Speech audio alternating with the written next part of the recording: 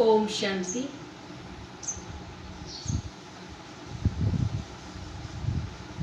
अभी वर्तमान समय श्रावण मास चल रहा है, पवित्र मास है, जिसमें सभी भगत अपने जीवन में पवित्रता का पालन करते हैं। हर तरह का जिसको जो बनता है वो व्रत करते हैं, उपवास करते हैं, और खास करके सभी देवताओं से श्रेष्ठ जो परमात्मा है, शिव है, उसके ऊपर खास बेलपत्र चढ़ाते हैं।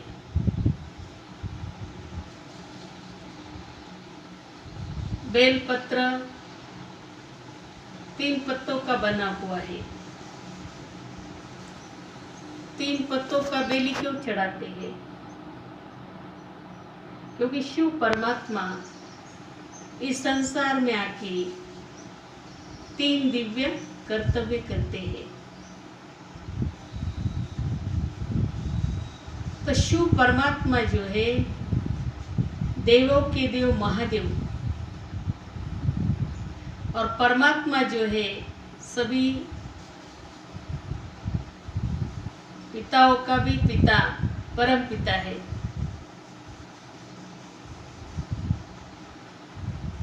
उस परमात्मा के बारे में कुछ एक हम जानना जरूरी है।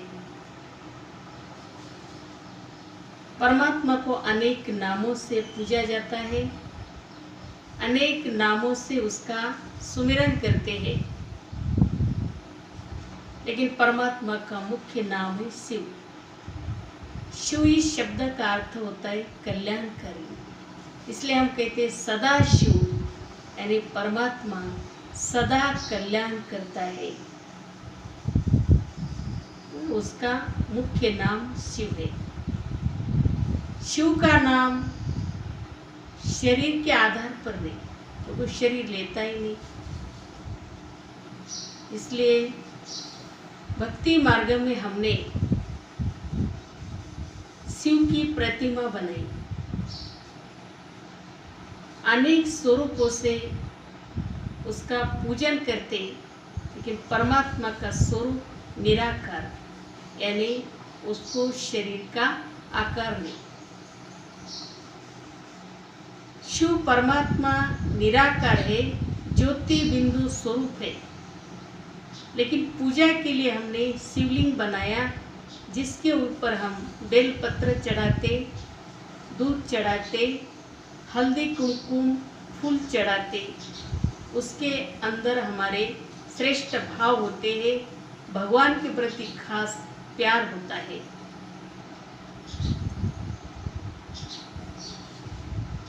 कहते हैं भक्ति से भगवान मिलता है। भक्ति मना माँ है, इसलिए मराठी में कहते हैं भक्तीच्या पोटी आणि फळ रसाळ गोमटी।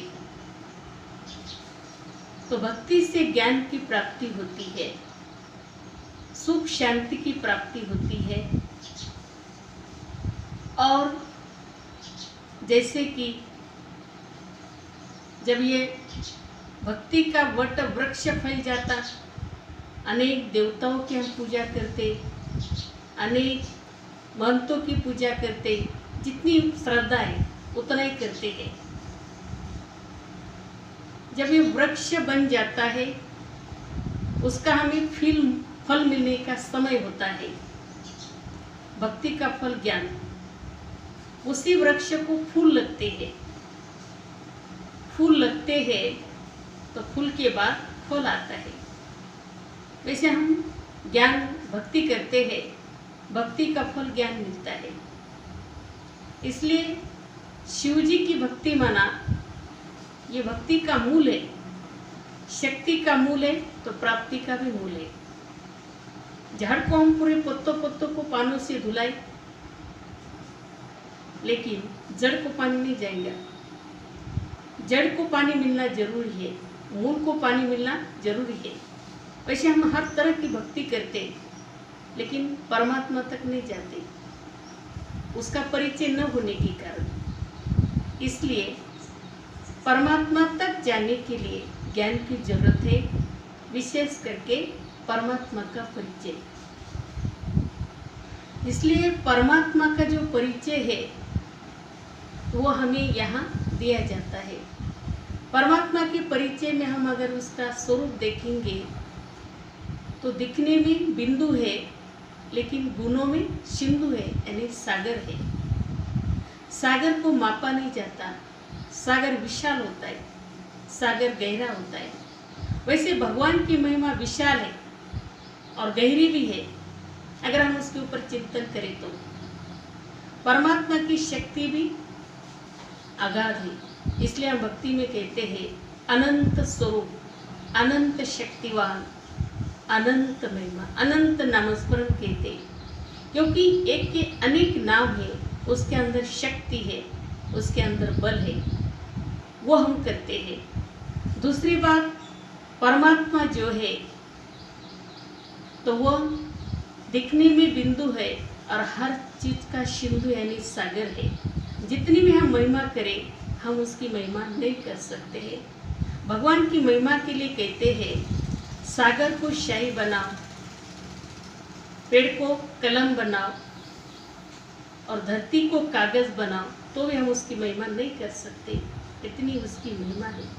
उसकी महिमा में सुख है, उसकी महिमा में अनेक संकट जो है उसका हम निवारण कर सकते।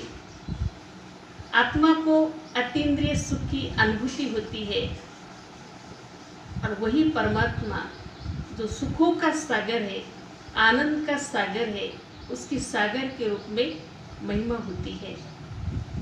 परमात्मा शिव निराकार होने के बाद इस संसार में जब आता है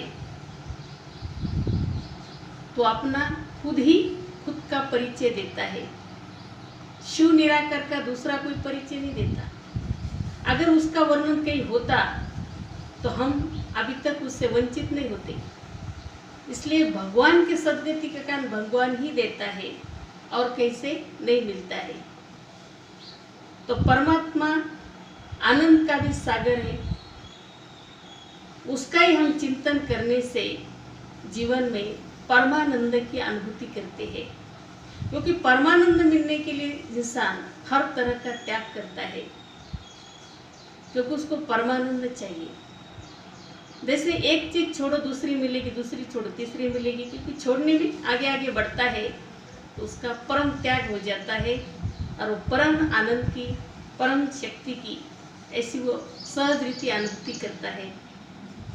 तो वो यहाँ बताया जाता है। इसलिए परमात्मा का चिंतन करने के लिए परमात्मा में मन जरूरी है। मन हमारा साफ चाहिए, स्वच्छ चाहिए, प्रेम से भरपूर चाहिए। इसलिए परमात्मा को प्रेम का सागर भी कहते हैं। उससे हम अगाध प्यार पा सकते हैं, प्रेम से भरपूर गंगा बन सकते। इसलिए उसके प्यार से, प्रेम से हमें उसके गुणों का चिंतन करना है, तो हमारा जीवन गुणों से भरपूर बनेगा। उसकी शक्ति का चिंतन करो तो शक्ति से भरपूर बनेगा। इस तरह से परमात्मा जो सागर है, विशाल है, हम जितना ले सकते हैं हमारे पात्र अनुसार, उतना हम जीवन में भरपूरता की अनुभूति कर सकते हैं। परमात्मा ब्रह्मा विष्णु शंकर के द्वारा तीनों कर्तव्य का पालन करते हैं। तीनों कर्तव्य करते हैं, स्थापना, विनाश, पालना। परमात्मा मनुष्य को देवता बनाने वाला है। परमात्मा संसार को सुख की अनुभूति कराने वाला है। इसलिए परमात्मा कौन है, इसका परिचय हमें होना बहुत जरूरी है। और वो सत्य परिचय यही है। उसका नाम शिव है, उसका नाम परमधाम है, उसका कर्तव्य दिव्य है, उसके गुण जो है सागर के रूप में विशाल है। तो परमात्मा रहता कहाँ है, जिसको मुस्लिम समाज सातवां आसमान कहते हैं, जहाँ सूरज, चंद्र, तारे, किसी भी तरह का कोई तत्व नहीं, कोई तारांगण नहीं जहाँ असीम शांति है, लाल प्रकाश है जहाँ परमात्मा ज्योति के रूप में रहता है। हम भी मन और बुद्धि से वहाँ जाके वो परम ज्योति से परम सुखी प्राप्ति जो है बहुत ही आसानी से कर सकते हैं। इसलिए हमें परमात्मा चिंतन करने के लिए खुद का चिंतन बहुत जरूरी है। खुद का चिंतन ये है, हम शरीर नहीं होते हुए एक आत्मा है, शरीर वस्त्र है तो आत्मा उसको परिधान करती है। आत्मा चैतन्य बिंदु है, परमात्मा चैतन्य सागर है। ऐसे अपने कोई शरीर से उपरांत शरीर में आत्मा समझकर उस परम धाम की अनुभूति कर सकते हैं और उस परम धाम में परमात्मा के साथ हम मिलन मना सकते हैं। ये बहुत सुंदर विधि ब्रह्मा कुमारी विद्यालय में सिखाई जाती है, जिससे इंसान आज की भागदौड़ की जीवन में अपने टेंशन, तनाव, अपनी अनेक समस्याएं उसको भूलकर जीवन में हमेशा सुख, शांति, आनंद, खुशी की अनुभूति करता है और अपना जो रोज का जीवन है अनेक समस्याओं के बीच रहते हुए समाधान स्वरूप प्रसन्न और सुखदायी अनुभव करता है। अच्छा, ओम शांति।